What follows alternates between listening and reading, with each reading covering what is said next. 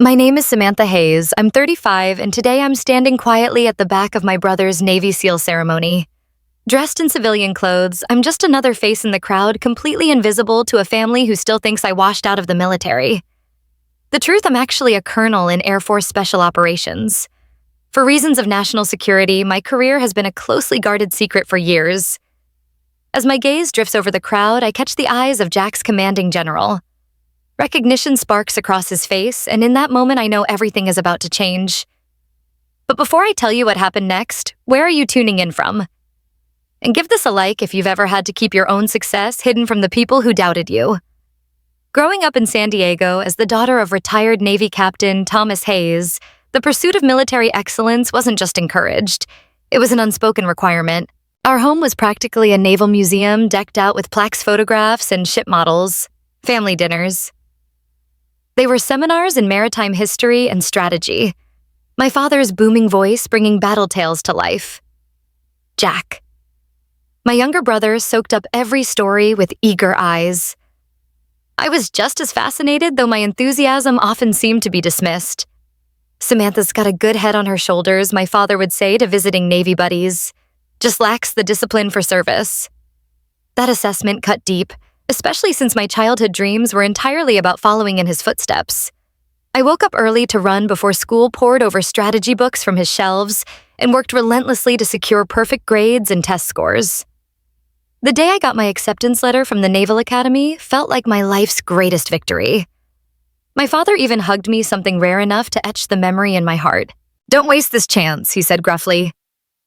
Though I dared to hope there was pride behind those words. The academy turned out to be everything I had wished for, demanding, rewarding, and deeply fulfilling.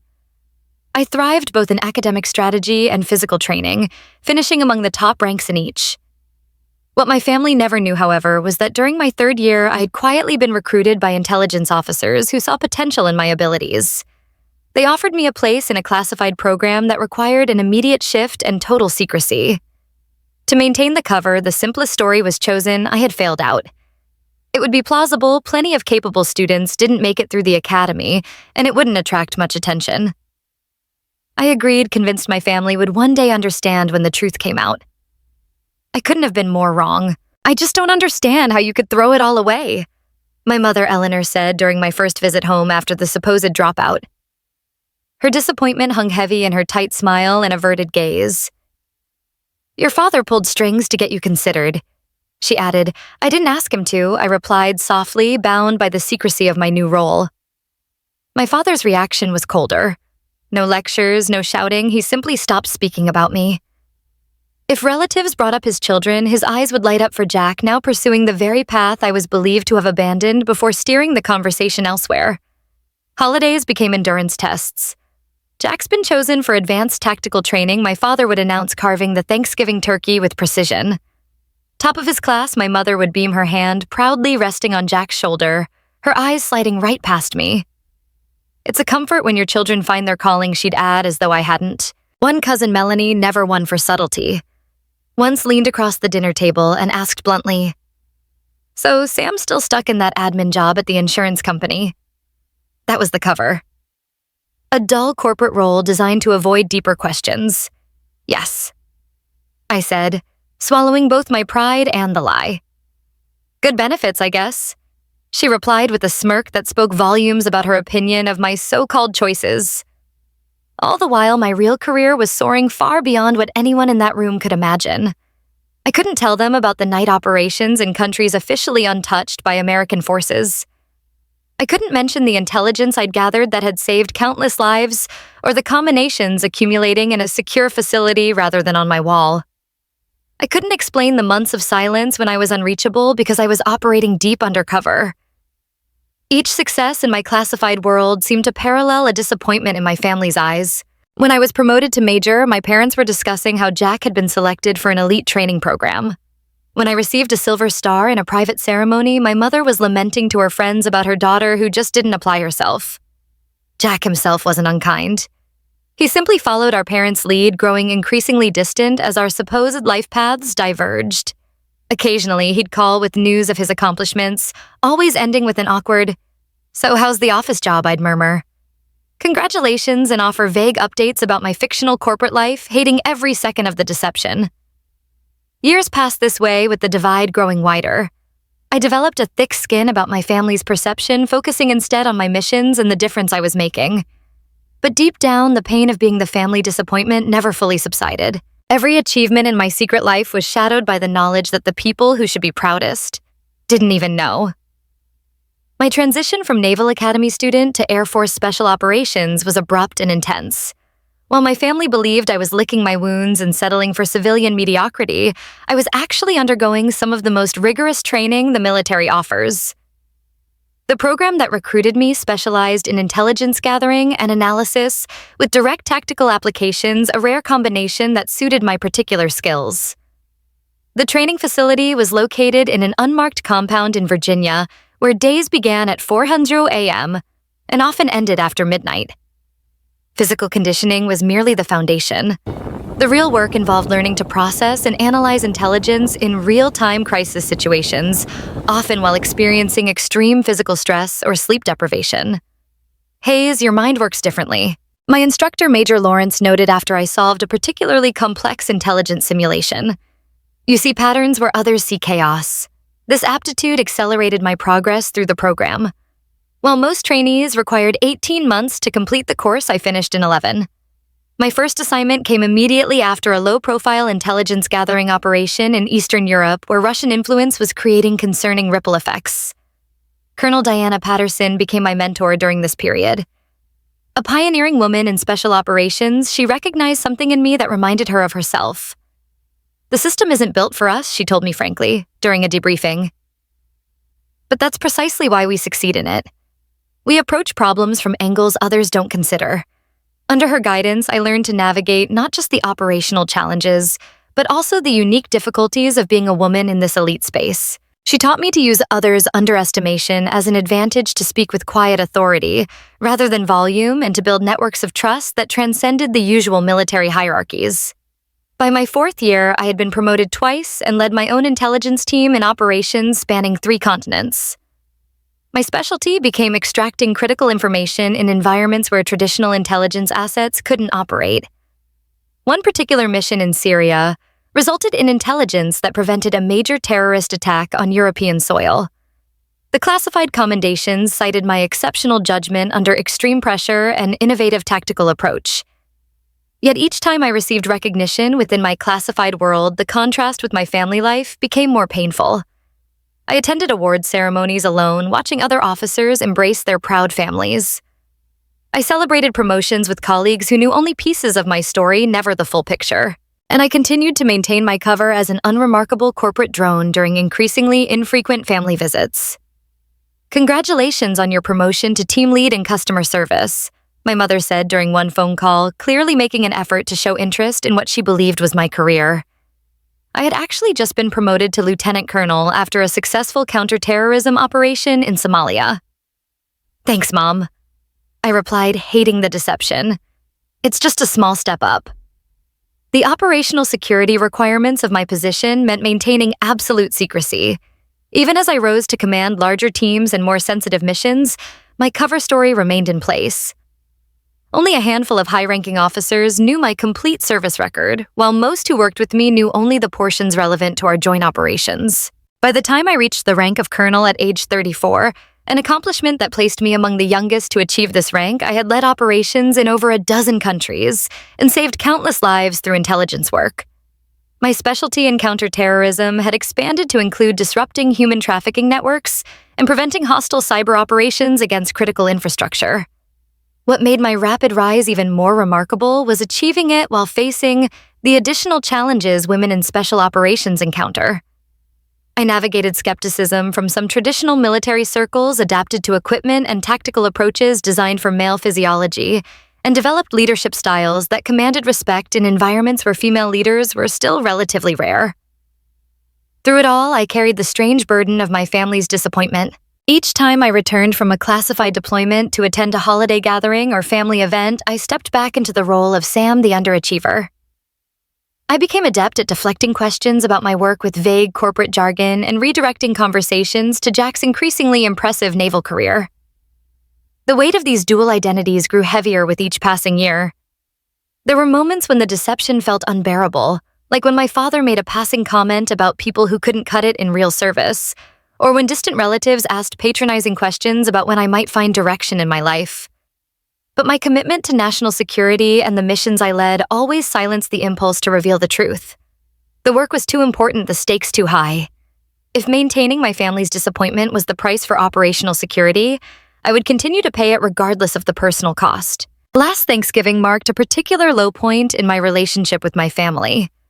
I just returned from coordinating a joint intelligence operation with NATO forces. 36 sleepless hours of tension that ultimately prevented a significant security breach. Instead of recovery time, I went straight to my parents' house, exchanging tactical gear for civilian clothes and the hypervigilance of command for the different tension of family dinner. My father stood at the head of the table, crystal glass raised in a toast. To Jack, he announced his voice carrying the captain's authority that never quite left him, whose selection for the elite SEAL training program continues our family's tradition of excellence in service. Everyone raised their glasses. My mother beamed with pride, her eyes glistening. "We couldn't be prouder," she added. I joined the toast sincerely. Jack's accomplishment was significant, and despite our strained relationship, I respected his dedication. But as glasses clinked and congratulations flowed, my mother leaned toward her sister and whispered just loudly enough for me to hear, "At least one of our children is making us proud." The comment sliced through me despite years of developing thick skin. I excused myself to the kitchen, ostensibly to help with dessert, but really to compose myself. My cousin Melanie followed, cornering me by the refrigerator. So still pushing papers at that insurance company, she asked, sipping her wine with an air of superiority. Melanie had recently been promoted at her law firm and never missed an opportunity to highlight the contrast in our careers. Something like that, I replied, focusing on arranging pie slices rather than meeting her gaze. "You know, my firm has an opening in our administrative department," she offered with faux generosity. "Probably pays better than what you're making." I could put in a word. I thanked her politely, while imagining how she might react if she knew I'd just briefed the Joint Chiefs of Staff the previous week. The dinner conversation shifted to a recent military operation that had made national news, an operation I had actually helped coordinate from the intelligence side. I sat silently as my father and uncle analyzed what little information had been released to the public, both confidently incorrect about how the mission had unfolded. If they'd approached from the eastern perimeter instead, my father declared with authority, they could have avoided that initial resistance. I took a long sip of water. Knowing the eastern perimeter had been deliberately avoided due to intelligence I'd personally verified about hidden surveillance systems. The urge to correct him burned in my throat, but I swallowed it with my water. After dinner, Jack announced his engagement to his girlfriend Allison, a naval medical officer he'd met during his training. The family erupted in celebration. Champagne appeared, toasts multiplied, and my mother immediately began discussing wedding plans. In the midst of this joyful chaos, my secure phone vibrated with the pattern that indicated highest priority. I slipped away to the guest bedroom to check the message. Immediate deployment orders. A situation had developed that required my specific expertise with extraction scheduled in 3 hours. I returned to the celebration, pulling Jack aside to offer genuine congratulations and explained that a work emergency required me to leave immediately. His face fell in disappointment, tinged with familiar judgment. "Seriously, Sam, it's my engagement celebration. What kind of insurance emergency happens on Thanksgiving night?" "I'm sorry," I said, meaning it completely, but unable to explain further. I wouldn't leave if it wasn't absolutely necessary. My parents reacted with the resigned disappointment I'd grown accustomed to. "Of course Samantha has to leave," my mother said to the relatives, not bothering to lower her voice. Her priorities have always been different. I caught my father's head shake as I gathered my coat, the subtle gesture of disapproval that had followed me since childhood. As I drove away, the family continued celebrating without me while I prepared mentally for the classified operation ahead. The mission kept me deployed through Christmas and into the new year. When I finally returned, I learned that my absence had become a focal point of family discussion. Jack's engagement party had been held without me, and my failure to attend had been interpreted as further evidence of my disregard for family. "Your brother was hurt," my mother informed me during a tense phone call. "After everything he's accomplished, the least you could do is show up for his important moments." What she couldn't know was that during his engagement party, I had been leading a critical intelligence operation that resulted in the rescue of kidnapped aid workers. The mission earned me another commendation, one that would remain in a classified file rather than on my mantle. The growing divide between my professional success and personal failure created an increasingly unbearable tension. Each family interaction became more strained, each deception more painful. As Jack's seal ceremony approached, I found myself at a breaking point, torn between my duty to national security and my crumbling relationship with my family. The day of Jack's seal ceremony dawned clear and bright. Perfect Southern California weather that seemed to mock my inner turmoil. I deliberated for weeks about whether to attend, knowing my presence would be scrutinized by a family increasingly frustrated with what they perceived as my indifference to Jack's achievements. My decision to go wasn't simple. I requested a rare day of leave from my duties, arranged secure transport, and carefully selected civilian clothes that would allow me to blend in while still maintaining appropriate military bearing, a habit too ingrained to break. Even in this context, the Naval Special Warfare Command facility gleamed in the morning sun as I approached. I instinctively cataloged security positions and protocols, my trained eyes noticing details most civilians would miss. This awareness reminded me how far I was from the person my family believed me to be. I arrived deliberately late, slipping into the back row as families claimed seats near the front. My parents occupied prominent positions in the family section. My father wearing his dress uniform with the pride of a naval captain whose son was following his distinguished path. My mother sat beside him, elegant in a navy blue dress, her posture reflecting the military precision she'd absorbed through decades of marriage to my father. The ceremony proceeded with the characteristic discipline and tradition of naval special warfare. Each element, from the presentation of colors to the precise movements of the honor guard, followed protocols I knew intimately from my own classified ceremonies. The difference was that today's event was public, celebrated openly, with proud families and commemorative programs, unlike the clandestine recognition of my own achievements. As the ceremony progressed, I found myself analyzing the security perimeter out of professional habit while simultaneously absorbing the significance of Jack's accomplishment. Becoming a SEAL represented years of grueling training and exceptional dedication, a fact I appreciated perhaps more fully than anyone else in my family could.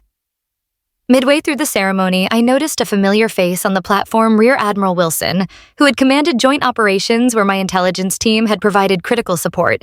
He was scheduled to deliver remarks as part of the leadership cadre. Seeing him triggered an immediate internal alert. Admiral Wilson was one of the few high-ranking officers who knew my complete service record and true rank. I shifted slightly in my seat, angling myself to become less visible from the stage. The movement was subtle, the kind of adjustment intelligence officers make instinctively to avoid recognition when necessary. For a moment, I believed I had successfully minimized my presence. Then came Jack's moment of recognition. He stood tall as his accomplishments were read, his face composed in the disciplined expression of a warrior receiving honors. Despite our complicated relationship, pride swelled in my chest. Whatever else had transpired between us, my brother had earned this moment through genuine merit and determination. As applause followed Jack's recognition, I allowed myself to relax marginally. A mistake in retrospect. My slight movement caught Admiral Wilson's eye during his scan of the audience. I watched his expression change as recognition dawned. First confusion, then certainty. Then an unmistakable reaction to finding a highly decorated Air Force Special Operations colonel sitting anonymously in civilian clothes at a Navy SEAL ceremony. Our eyes locked momentarily. In that brief exchange, I conveyed a silent request for discretion that military personnel of our rank and experience understand implicitly. The Admiral gave an almost imperceptible nod, and I believed the moment had passed without incident. The ceremony continued with the remaining recognitions and formal remarks. I began calculating my exit strategy, planning to congratulate Jack briefly before departing to avoid extended family interaction.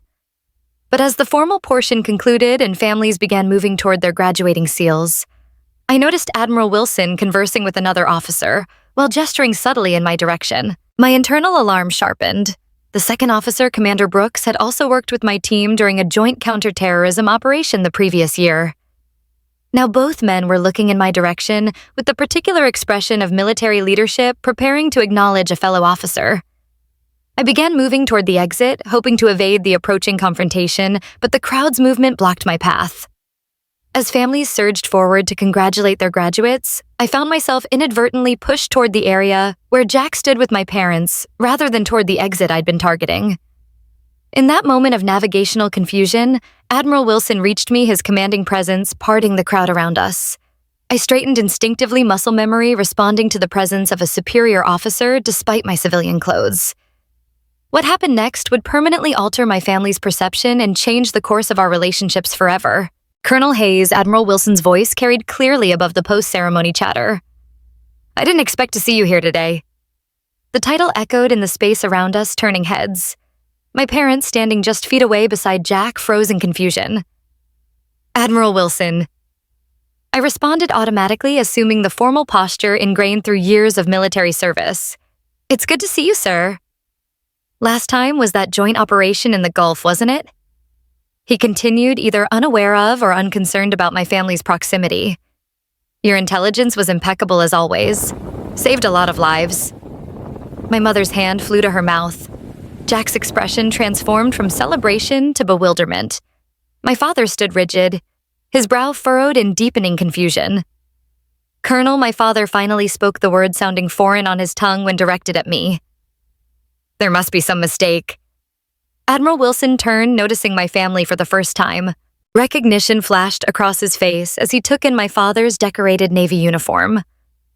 "Captain Hayes," he acknowledged with respect before turning back to me with raised eyebrows. "They don't know." Before I could respond, Commander Brooks approached, extending his hand. "Colonel Hayes, your team's work on the Antalya operation was remarkable. We've implemented your extraction protocols across 3 divisions now." The reality of my position was materializing around us like a photograph developing in solution, becoming clearer with each passing second. My carefully maintained cover, the story of professional mediocrity I'd cultivated for years, was dissolving in real time. "Samantha." My mother's voice trembled with confusion. "What are they talking about?" Admiral Wilson assessed the situation with the quick comprehension of a seasoned commander. "Captain Hayes." "Mrs. Hayes." He addressed my parents directly. "Your daughter is one of our most valuable assets in special operations. Her work in intelligence and counterterrorism has been extraordinary."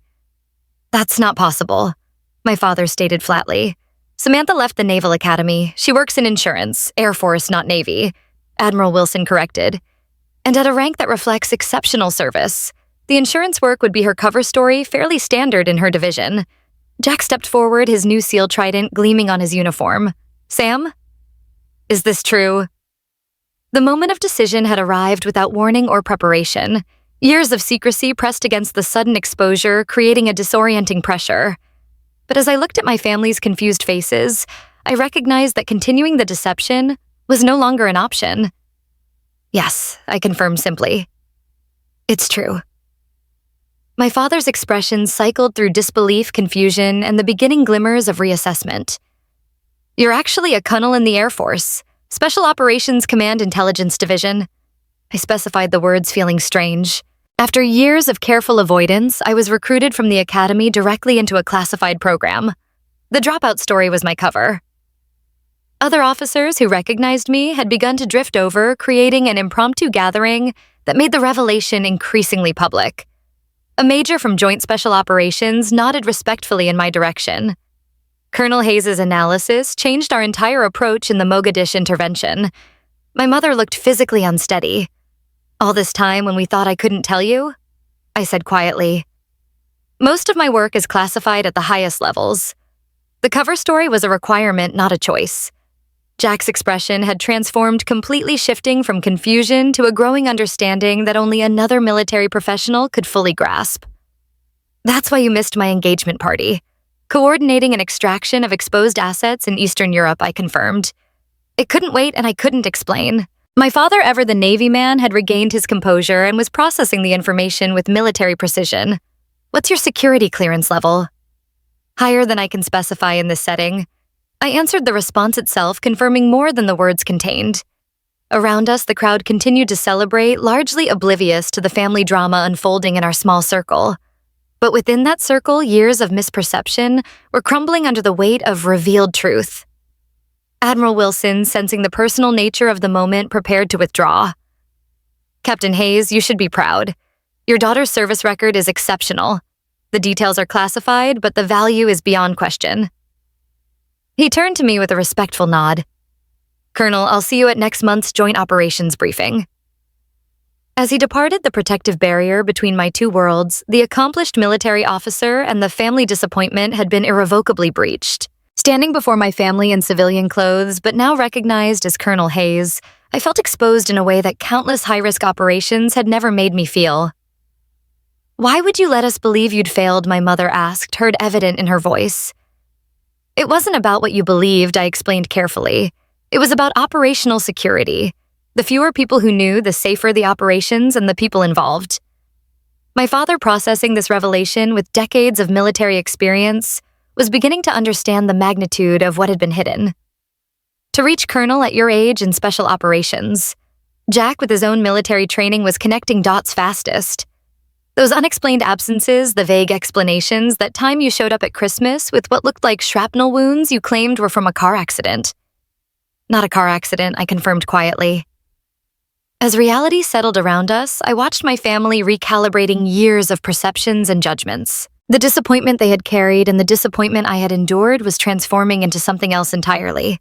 Something yet undefined but irrevocably changed. We have a lot to talk about, my father said finally, his voice carrying the weight of a man discovering he had been wrong about a fundamental truth. Yes, I agreed. We do. The family dinner following Jack's ceremony took place at an upscale restaurant near the base, a celebration planned long before the day's revelations. What should have been exclusively focused on Jack's achievement had now become something else entirely. The first honest family gathering of my adult life. We sat at a private table in the corner, security conscious even now. My father ordered wine with uncharacteristic generosity, perhaps recognizing that this conversation required social lubrication. Silence hung heavily as menus were studied with unusual intensity, everyone avoiding the elephant in the room until the waiter departed with our orders. So my father began setting his water glass down with precision, a colonel. It wasn't a question, but I nodded confirmation. That's remarkably fast advancement. He continued the career military officer in him automatically calculating the timeline, especially for someone in. He lowered his voice, special operations. It was a unique path. I acknowledged the program I was recruited into accelerates promotion timelines based on field performance rather than standard time and grade requirements. My mother, who had been unusually quiet, finally spoke. All those times we thought you were being flaky or irresponsible, disappearing from family events, being unreachable for days. I was deployed. I finished for her often in locations I can't name, doing things I still can't discuss. Jack leaned forward, professional curiosity mixing with brotherly reassessment. That scar on your shoulder from 2 Christmases ago, Cobble? I said simply. Extraction operation went sideways. My father's face tightened. The career naval officer understood immediately what went sideways typically meant. And we were giving you grief about missing family photos, my mother whispered, horror dawning in her expression. The conversation paused as our salads arrived. When the waiter departed again, my father asked the question that clearly bothered him most. Why the Air Force? You were at the Naval Academy. I had to smile slightly. Of course that would be his first substantive question. The program that recruited me operated jointly but was administratively housed under Air Force Special Operations. The work suited my particular skills regardless of branch, which are he pressed intelligence analysis under high-pressure conditions, pattern recognition in asymmetric environments, asset development and management. Some other specialties I can't detail. Jack whistled softly. That's the heavy stuff, Sam. My mother was struggling to reconcile the daughter she thought she knew with this new reality. But why couldn't you tell us anything? We're your family. Operational security. I explained gently. The nature of my work means that knowledge of my real position could potentially endanger operations or expose networks. The cover story was created and maintained by the program, not by my choice. For 12 years, my father challenged the hurt beneath his question, evident despite his military bearing. Not one word of truth. That's the job, Dad. I said simply, you of all people should understand that some positions require complete compartmentalization. He fell silent, military discipline, acknowledging what the father in him wanted to deny. The main course arrived, providing another brief reprieve from the intensity of the conversation. As we began eating, Jack broke the tension with a short laugh. So all those times I was bragging about my promotions and assignments, you were talking to someone who was briefing Joint Chiefs. I finished with a small smile. God, I must have sounded like such an idiot. He groaned. You didn't, I assured him. Your accomplishments are real and significant. Different operational areas, different challenges. My mother set down her fork, her food barely touched. I keep thinking about all the things we said to you over the years. The disappointment we expressed, the judgments. You didn't know, I said. You couldn't have. But we should have trusted you, she insisted, tears gathering. We should have seen that there was more happening than what appeared on the surface. Instead, we just wrote you off. The raw truth of her statement hung in the air. They had written me off, creating a narrative of the disappointing daughter that fit the limited information they had. My father, always less comfortable with emotional displays, redirected slightly. Your upcoming promotion, Admiral Wilson, mentioned a briefing next month. Are you being considered for Brigadier General? I confirmed quietly. It's not finalized yet. His eyebrows rose sharply. At your age, that would be unusual, I acknowledged. The recommendation is based on the Tavros operation results. That's all I can say about it. My mother wiped her eyes, and we wouldn't have known about this either. If today hadn't happened, I hesitated, then admitted the truth. Probably not the details now. You might have eventually learned I was military, but specifics about rank and position would have remained classified. The meal continued with questions I could answer intermingled with ones I couldn't. The boundaries of classified information remained even in this new openness, creating an imperfect but vastly improved communication. For the first time, my family was seeing the outline of my real life, even if many details remained in shadow.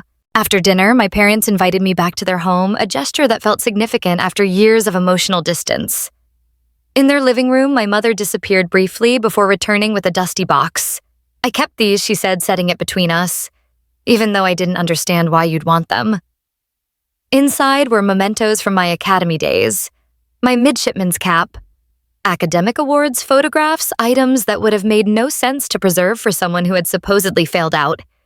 Yet she had kept them anyway. Some part of me never believed the story she admitted quietly.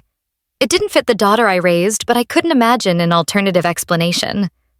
My father, after several drinks and hours of processing, had grown unusually reflective. I was hardest on you, he acknowledged.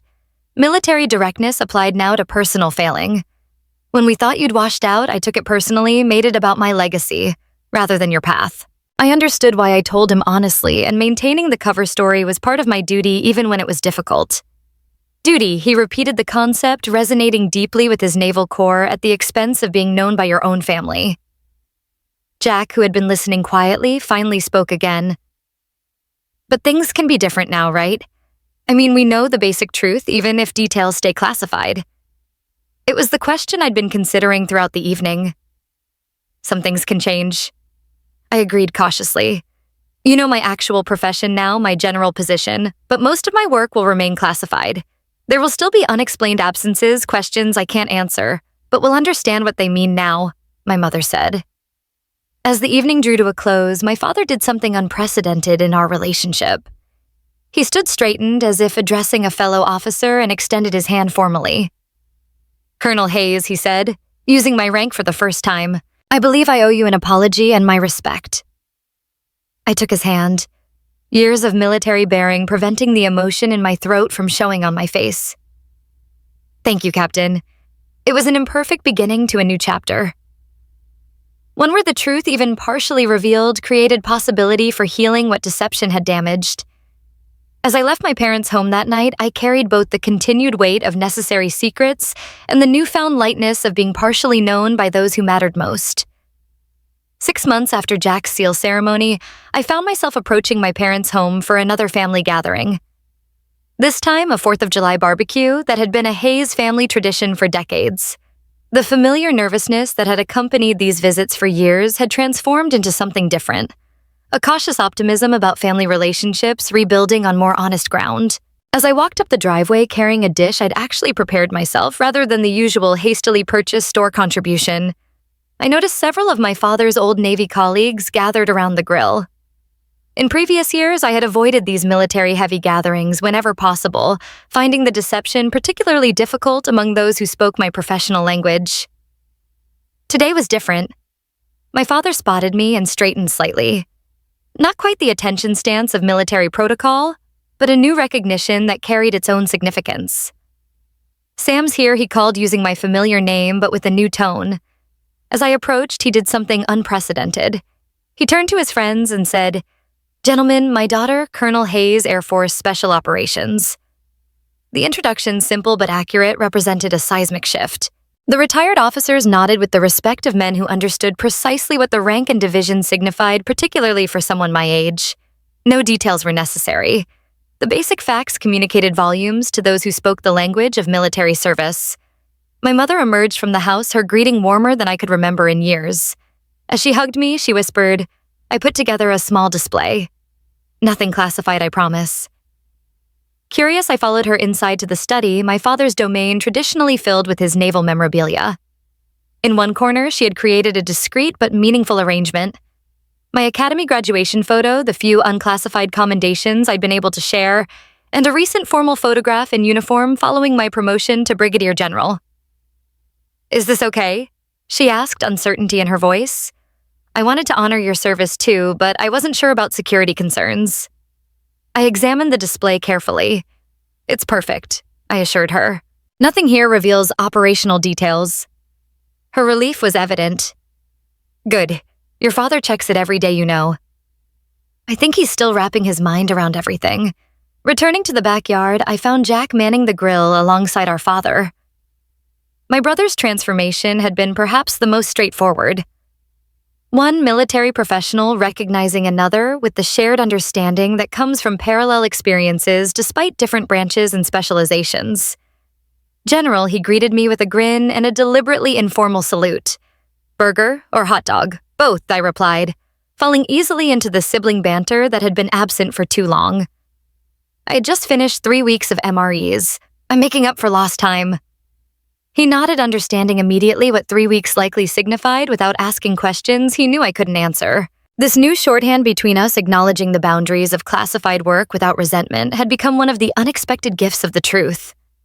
The afternoon progressed with a lightness I hadn't experienced at family gatherings in over a decade. Though many topics remained off-limits, my recent deployment locations, the nature of current operations, the specifics of upcoming assignments, the fundamental truth of who I was and what I did now formed the foundation of our interactions. My father, always more comfortable with actions than words, found ways to express his changed perspective. He introduced me to his colleagues with unmistakable pride. He referenced my operational insight when discussions turned to current military affairs. And most tellingly, he deferred to my expertise in areas where Air Force operations intersected with naval concerns, a professional respect that meant more than any verbal apology. As evening approached and we gathered for the traditional Hayes family photo, I stood beside Jack, both of us now recognized for our service rather than compared by it. My mother arranged us with the precision of a longtime military spouse. "My children," she said to a neighbor who was taking the photograph, both serving their country just in different ways. The simple statement acknowledged the parallel value of our different paths, a recognition that would have seemed impossible a year earlier. Later, as fireworks illuminated the sky, my father joined me at the edge of the yard where I'd stepped away briefly to check a secure message. "All good?" he asked, the question encompassing more than the immediate communication.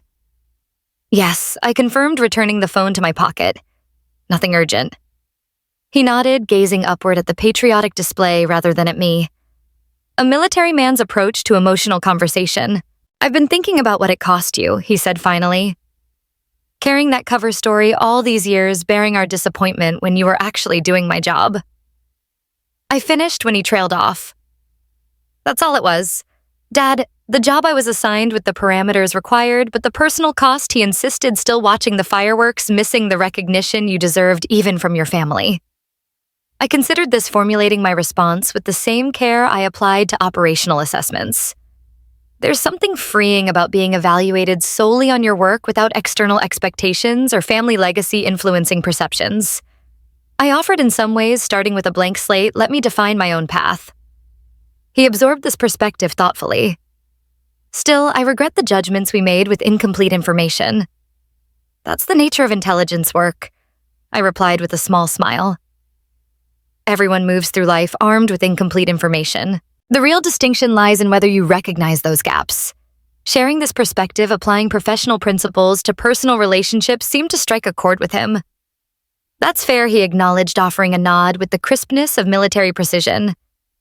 As we returned to the family gathering, my mind wandered through the strange twists of the past 6 months.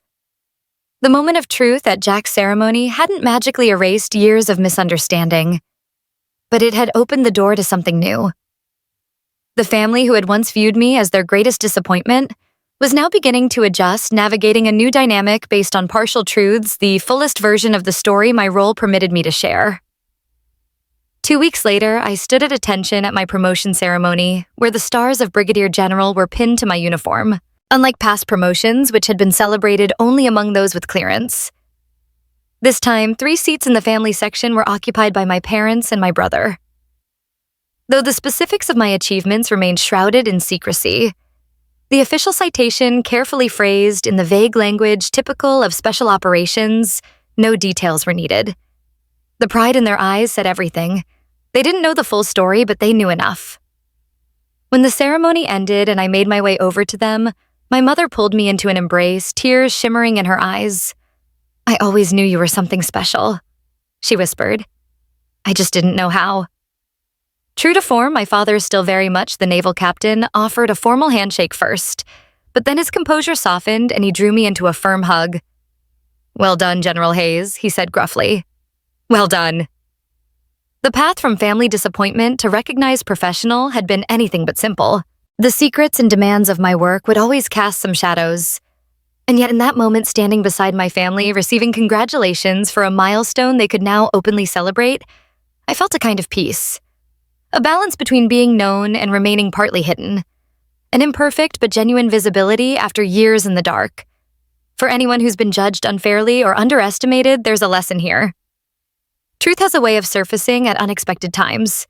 Often how others see you is shaped less by reality and more by what they simply don't know. The worth you create through your work, your choices remains real, even when unseen. And even a version of authenticity, when constrained by necessity, can open doors to connection that pure deception never could. Have you ever been misjudged by appearances or assumptions, or had to keep parts of yourself hidden for reasons beyond your control? I'd love to hear your experiences in the comments. If this story of reconciliation and recognition speaks to you, please hit the like button and subscribe for more stories of resilience and surprising revelation. Thank you for listening. And remember, sometimes the most powerful truths are the ones we quietly carry until just the right moment arrives.